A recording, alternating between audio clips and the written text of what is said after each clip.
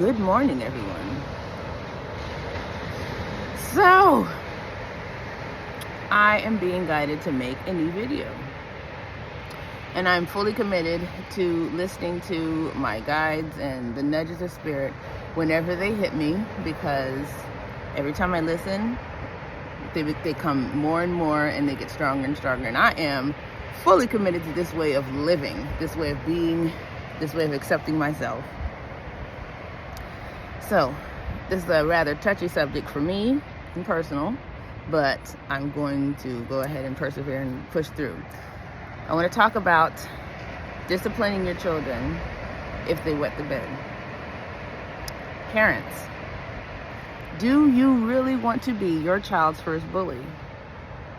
That's literally what you're doing if you are making them wake up, and then after they find themselves in a wet bed, and then they have to go tell you about this, you shame them or you spank them. Morning affirmations are one of the most powerful things that you can do.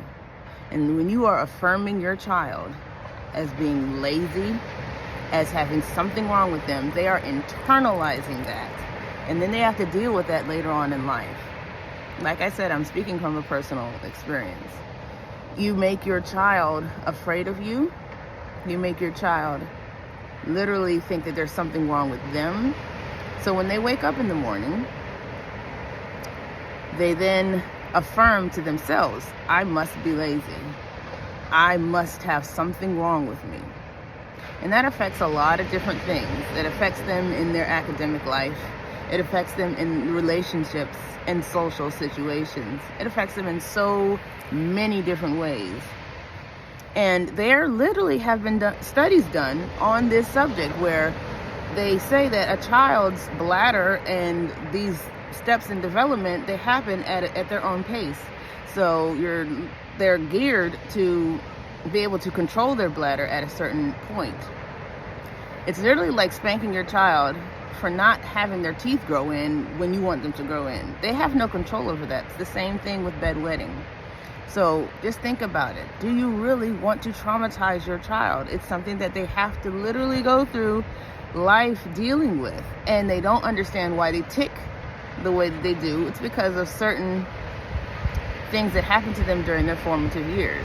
I am happy to say that I've persevered and been able to recognize and get to the core root of certain things.